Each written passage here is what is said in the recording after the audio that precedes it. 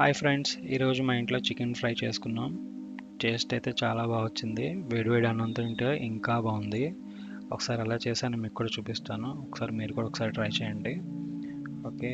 So ఏమేమి ingredients కావాలన్నది మీకు కూడా చెప్తాను. 8 టు ఒక 10 లవంగాలు, అలాగే 5-6 యాలకులు, అలాగే కొద్దిగా దాల్చిన చెక్క ఒక 4-5 ముక్కల్ని తీసుకుని పెట్టుకోండి. అలాగే ఒక బిర్యానీ ఆకు, ఒక 7-8 ఎండుమిర్చి, ధనియాలు ఒక టేబుల్ స్పూన్, బట్ నేను కొద్దిగానే వేస్తున్నాను, మీరు చూసుకుని వేసుకోండి. మిరియాలు ఒక 4-5 వేసుకోండి, టేస్ట్ బాగుంటుంది. జీలకర్ర కూడా ఒక టీ స్పూన్ వేసుకోండి. మీకు కొంచెం సరిపోకపోతే కొద్దిగా కూడా వేసుకోవచ్చు, ఏం పర్వాలేదు. అంతా వేసిన తర్వాత కొంచెం గోల్డెన్ రోస్ట్ వచ్చేలాగా కొంచెం ఫ్రై చేసుకోండి. మీకు స్మెల్ కూడా తెలుస్తుంది ఆ రోస్ట్ అయిన తర్వాత తీసేసుకోండి. దాంట్లో తీసుకుని కొంచెం చల్లారే వరకు పక్కన పెట్టేసుకోండి. నేను యాక్చువల్గా ఏం చేశానంటే ఒక కేజీ చికెన్ తీసుకున్నాను. సో ఇంగ్రీడియంట్స్ అన్నీ కూడా కేజీకి సరిపోతాయి మీకు. సో చికెన్ కొంచెం వాష్ చేసి పసుపు వేసుకుని కొద్దిగా ఉప్పు కూడా వేసుకుని క్లీన్ చేసుకుంటే ఏమవుతుందంటే మనకి నీచు వాసన రాకుండా చికెన్ అనేది కొంచెం టేస్టీగా ఉంటుంది. ఆ ఫ్లేవర్ అనేది మనకి చికెన్ స్మెల్ వస్తే బాగోదు కదా. సో ఈ రకంగా అయితే బాగుంటుంది అనమాట. సో బాగా నీట్గా పసుపు ఇవన్నీ బాగా పట్టీలా కలిపేసుకుని తర్వాత నీట్గా డ్రైన్ చేసేసుకోండి. సో తర్వాత చికెన్ ఒక 10 నిమిషాలు పక్కన కూడా పెట్టుకోండి. సో మీడియం సైజ్ ఆనియన్స్ కూడా ఒక 2 అలా తీసుకోండి. సో కొంతమందికి సరిపోదు, తక్కువ వేసుకుంటే బాగుంటుంది. అలాగే కొద్దిగా ఒక 3-4 పచ్చిమిర్చి మీకు స్పైసెస్ని బట్టి మీరు తీసుకోండి. సో ఆనియన్స్ని అన్నిటిని కూడా సన్నంగా తరుక్కున్నాక తర్వాత ఏం చేస్తారంటే పచ్చిమిర్చి కూడా మీకు కావాల్సిన స్టైల్లో కట్ చేసుకోండి. నేనేంటంటే సెంటర్గా ఒక స్లైసెస్ పొడవుగా ఉండేలా తీసుకున్నాను. కొందరికి ఏంటంటే చాలా చిన్నగా ఉంటే ఇష్టం. సో వాళ్ళు అలా చేసుకోవచ్చు, ప్రాబ్లం లేదు. సో ఎవరు టేస్ట్ చేసినట్టు అలా కట్ చేసుకోండి, నాట్ ఎవరీ. చూసారు కదా, ఇప్పుడు దీంట్లో నేను ఇలా కట్ చేశాను.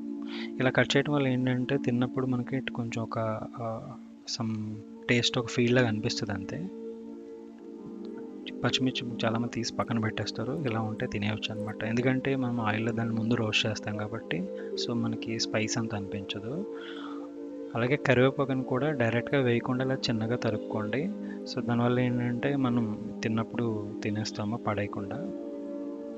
అలాగే ప్యాన్ తీసుకుని ప్యాన్లో ఒక కొంచెం ఆయిల్ మీకు చూపిస్తున్నట్టు కాకుండా మీకు కావాల్సినంత వేసుకోవచ్చు. యూజువల్గా ఎంత అయితే సరిపోతుంది. తర్వాత కట్ చేసుకున్న ఆనియన్స్ని కూడా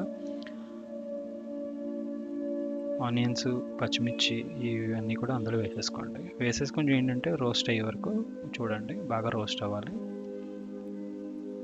కన్సిస్టెన్సీ ఇలా ఉంటే సరిపోతుంది మీకు. తర్వాత ఆనియన్స్ కూడా వేసేసుకుని మూత పెట్టుకుని మగ్గపెట్టుకోండి. అలా ఒక 5 మినిట్స్ ఉంచిన తర్వాత మీకు ఈ కలర్లో వస్తుంది. మీకు ఇంకా కావాలంటే కూడా గోల్డెన్ కలర్ వచ్చే వరకు ఉంచుకోవచ్చు. తర్వాత కడిగేసిన చికెన్ కూడా అప్పుడు దీంట్లో మనం అందులో వేసేసుకుందాం. వేసిన తర్వాత కొంచెం బాగా కలపండి. ఆనియన్స్, పచ్చిమిర్చి, కరివేపాకు అన్నీ కూడా బాగా పట్టేలాగా. నేను మామూలుగా ఈ చికెన్లోకి ఏంటంటే సాల్ట్ వాడట్లేదు, నేను ఉప్పు వాడతాను. సో అలాగే ఈ కొంచెం మగ్గిన తర్వాత ఒక 5-10 మినిట్స్ సిమ్లో ఉంచుకోండి.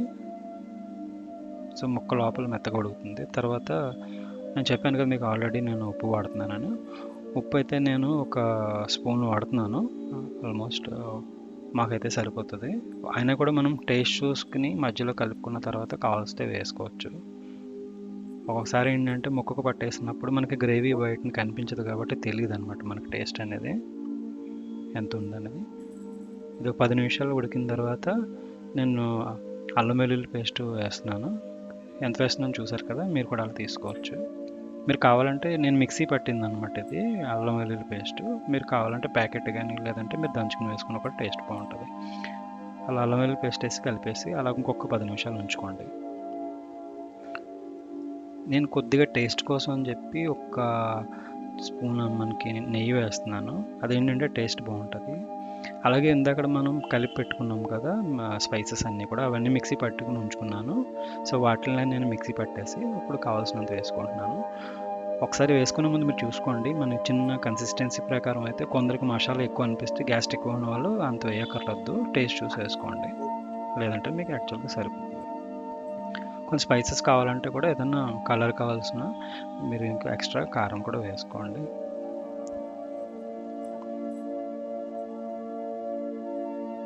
సో ఈ మసాలాలు వేసిన ఒక 5 మినిట్స్ తర్వాత అండి ఇవన్నీ వీడియోస్ మీకు లెందీ అయ్యానని చెప్పి ఎడిటింగ్లో కట్ చేస్తాను నేను చాలా వరకు. బట్ ఐ హోప్ మీకు అర్థమవుతుందని అనుకుంటున్నాను నేను. సో ఇప్పుడైతే చికెన్ రెడీ అయిపోయింది. చూసారు కదా బోన్ ఎలాగ సపరేట్ అయిపోయిందో, అది యాక్చువల్గా లెగ్ పీస్.